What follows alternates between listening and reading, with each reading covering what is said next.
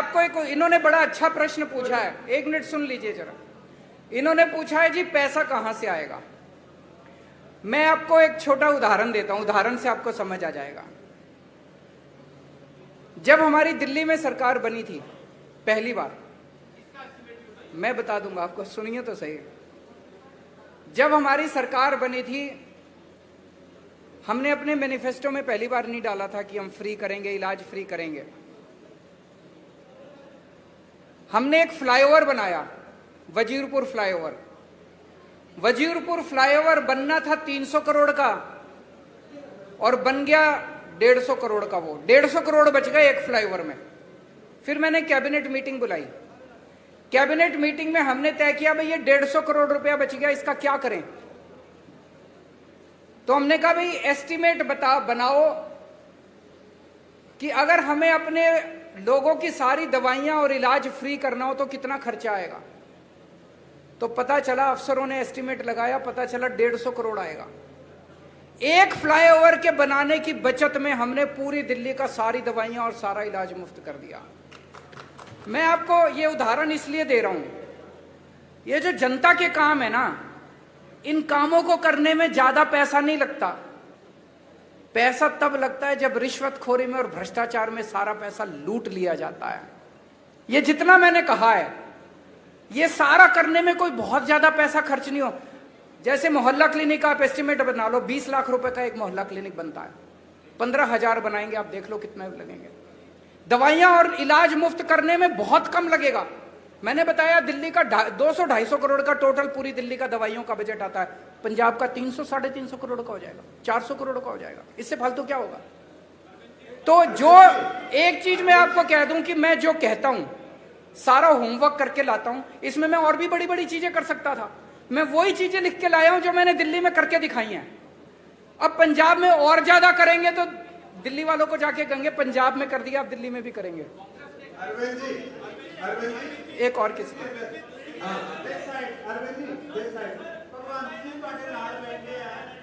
हैं?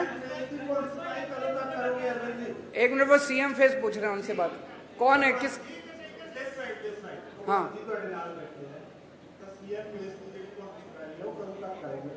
समय आने पे सीएम फेस की अनाउंसमेंट भी होगी। भगवंत मेरा छोटा भाई है। ये जो आप अखबारों में कुछ कुछ छापते रहते हो ना, ऐसा कुछ भी नहीं है। एक मिनट सुन लो, मेरी बात पूरी सुन लो। भगवंत मेरा छोटा भाई है। एक सुनो तो सही यार, सुन तो लो, बात तो पूरी सुन लो। एक टाइम ऐसा था जब ये लाखों रुपए कमाता था अपना एंटरटेनमेंट शो वगैरह करके। उसने सब कुछ छोड़ दिया पंजाब के लिए। तब तो आम आदमी पार्टी में नहीं आए थे, कोई कैरियर बनेगा, कुछ होगा, ऐसा कुछ नहीं था। पंजाब के लिए त्याग किया उसने। हमारी पार्टी में कोई भी व्यक्ति, मैंने कई बार बोला है, कोई पद और उसके लिए नहीं आया। सब लोग समाज के लिए और देश के लिए आए हैं। समय आने पे मैंने बार बार बोला है, आपको अच्छा सीएम देंगे, अच्छा फेस देंगे, कोई भी हो सकता है वो। अभी हम इसके बारे में सोच नहीं रहे हैं।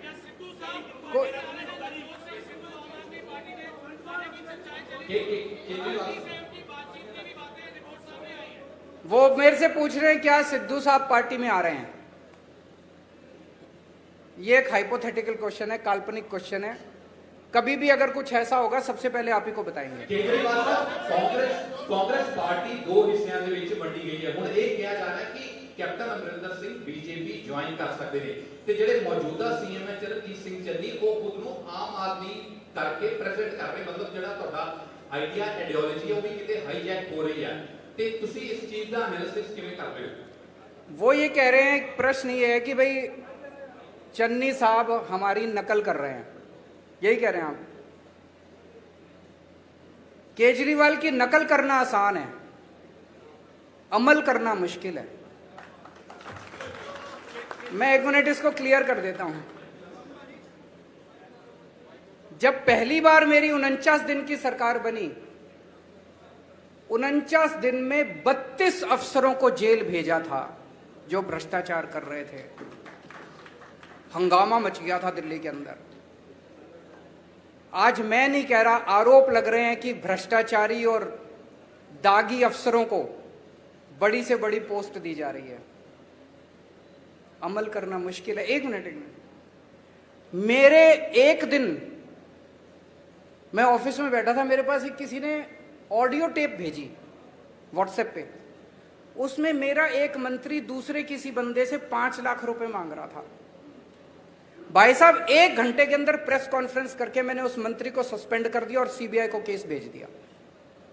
आज आरोप लग रहे हैं कि चन्नी साहब के मंत्रिमंडल के अंदर दागी मंत्री हैं, उनकी पार्टी के अंदर दागी विधायक हैं। तो मैं उनसे कहना चाहूंगा कि केजरीवाल की नकल करने के साथ साथ उस पर अमल करने का साहस और हिम्मत लेके आइए। केजरीवाल साहब, एक सबसे बड़ा जो सवाल था बेरोजगारी का, केजरीवाल साहब इधर इस तरफ बोलिए बोलिए बोलिए बोलिए बोलिए बोलिए बोलिए। एक बेरोजगारी का सबसे बड़ा इशू पंजाब में है, और पंजाब में आपको लगता है कितने परसेंट आ रहे हैं बेरोजगारी की, और दिल्ली में आपकी सरकार बनने से पहले कितनी बेरोजगारी थी और कितना आपने उसको दिया? दूसरा एसवाईआर के मुद्दे में क्या कहना आपका? बेरोजगारी बहुत बड़ी समस्या है। दिल्ली के अंदर बेरोजगारी को लेकर हमने कई सारे कदम उठाए हैं। अगर मैं ये कहूं कि दिल्ली में बेरोजगारी खत्म हो गई, ये गलत होगा। लेकिन आपको एक छोटा सा आंकड़ा देना चाहता हूं। अभी कोरोना के टाइम में बेरोजगारी बहुत ज्यादा बढ़ गई, बहुत ज्यादा लोगों की नौकरियां चली गई, फैक्ट्रियां बंद हो गई, दुकानें बंद हो गई, बाजार बंद हो गए। हमने एक जॉब पोर्टल बनाया कि जो जो लोगों को नौकरियां देनी है वो अपनी नौकरियां पब्लिसाइज कर दें, और जिन लोगों को रोजगार चाहिए वो उसके ऊपर अपना। आपको जान के ताज्जुब होगा, मैंने जब वो पोर्टल बनाया था दिल्ली सरकार ने, हमें लगा था कि अगर 25-30 हजार भी नौकरियां अगर आ जाएंगी तो हम मानेंगे कि बड़ी सफल हो गए। 2 महीने के अंदर 10 लाख नौकरियां उस जॉब पोर्टल के ऊपर आई। 2 महीने में बहुत सारे लोगों को नौकरियां मिली। जितने लोगों की नौकरियां गई थी कोरोना के टाइम में, बहुत सारे लोगों को नौकरियां वापस मिली। हमने ढेरों स्कूल बनाए हैं, ढेरों मोहल्ला क्लिनिक बनाए हैं। वहां पे हम लोगों ने हर बस के अंदर बस मार्शल नियुक्त किए हैं। इसमें इतनी नौकरियां निकली हैं, इतनी नौकरियां। हमने डोर स्टेप डिलीवरी शुरू की है, घर घर के अंदर हम इतनी नौकरियां निकली हैं। वो सारे काम पंजाब के अंदर भी किए जाएंगे, और मैं समझता हूं कि इससे पंजाब के बेरोजगारों को नौकरी मिलने में सुविधा होगी। और उसके पहले कल भी मैंने कहा था, मैं चन्नी साहब से निवेदन करना चाहता हूं कि कैप्टन साहब ने प्रॉमिस की थी कि मैं हर एक को रोजगार दूंगा। उन्होंने कार्ड भी दिया था, आज तक बच्चे कार्ड लेके घूम रहे हैं। मेरी उनसे निवेदन है कि कैप्टन साहब के वादे को पूरा करें, हर बच्चे को नौकरी दें बेरोजगार को, और जब तक नौकरी नहीं मिलती वो बेरोजगारी भत्ता दें। 4.5 साल का।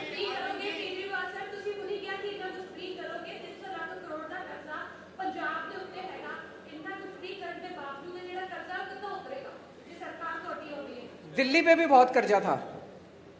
दिल्ली का बजट जब हमारी सरकार बनी घाटे में चल रहा था। आज 2019 की सीएजी की रिपोर्ट है, जिसमें सीएजी ने कहा है, मैं नहीं कह रहा, कंट्रोलर ऑडिटर जनरल ने बोला है कि पूरे देश में अकेली दिल्ली सरकार है जो घाटे में नहीं चल रही, नफे में चल रही है। 1 मिनट सुन लो, नफे में चल रही है। कैसे किया हमने? हमारी सरकार बनने के पहले दिल्ली सरकार घाटे में चल रही थी, कर्जा चढ़ा हुआ था। आज दिल्ली सरकार पे 1 नए रुपए का कर्जा नहीं है। केवल और केवल एक चीज से, भ्रष्टाचार खत्म कर दिया, रिश्वतखोरी खत्म कर दी।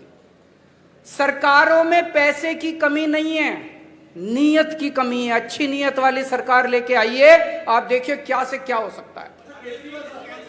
आखिरी क्वेश्चन, बोलिए बोलिए।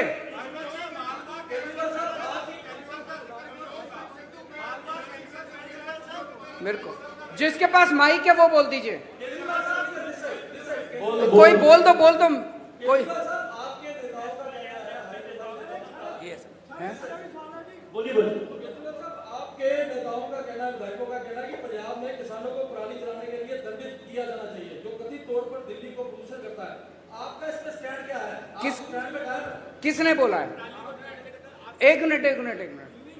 किसने बोला कि पंजाब के किसानों को दंडित करना चाहिए? बिल्कुल नहीं बोला। आप दिखा दीजिए, एक मिनट आप ये स्टेटमेंट दिखा दीजिए कि आम आदमी पार्टी के किसी ने बोला मैं राजनीति छोड़ दूंगा। झूठ मत फैलाइए, गलत मत बोलिए। पत्रकार की जिम्मेदारी है जनता को सच बताना। अब मैं आपको बताता हूं, एक मिनट सुनिए मेरी बात। पराली को लेकर दिल्ली की सरकार ने समाधान दिया है। हमने एक बायोडिकम्पोजर बनाया है। जब पराली वो होती है तो किसान को अगली फसल लगाने के लिए उसको जल्दी होती है, उसको तीली लगा के वो जला देता है, उसकी मजबूरी होती है। किसान का कसूर नहीं है, कसूर सरकारों का है। सरकारें क्या कर रही थी? सरकारों ने समाधान क्यों नहीं निकाला? तो हम एक दूसरे के ऊपर आरोप प्रत्यारोप नहीं करना चाहते, वो राजनीति हम नहीं करते, हम समाधान की राजनीति करते हैं। तो दिल्ली सरकार ने अभी एक घोल निकाला है, बहुत सस्ता घोल है। उस घोल को अगर आप पराली के ऊपर छिड़काव कर दो तो 15 दिन के अंदर पराली खाद में बदल जाती है।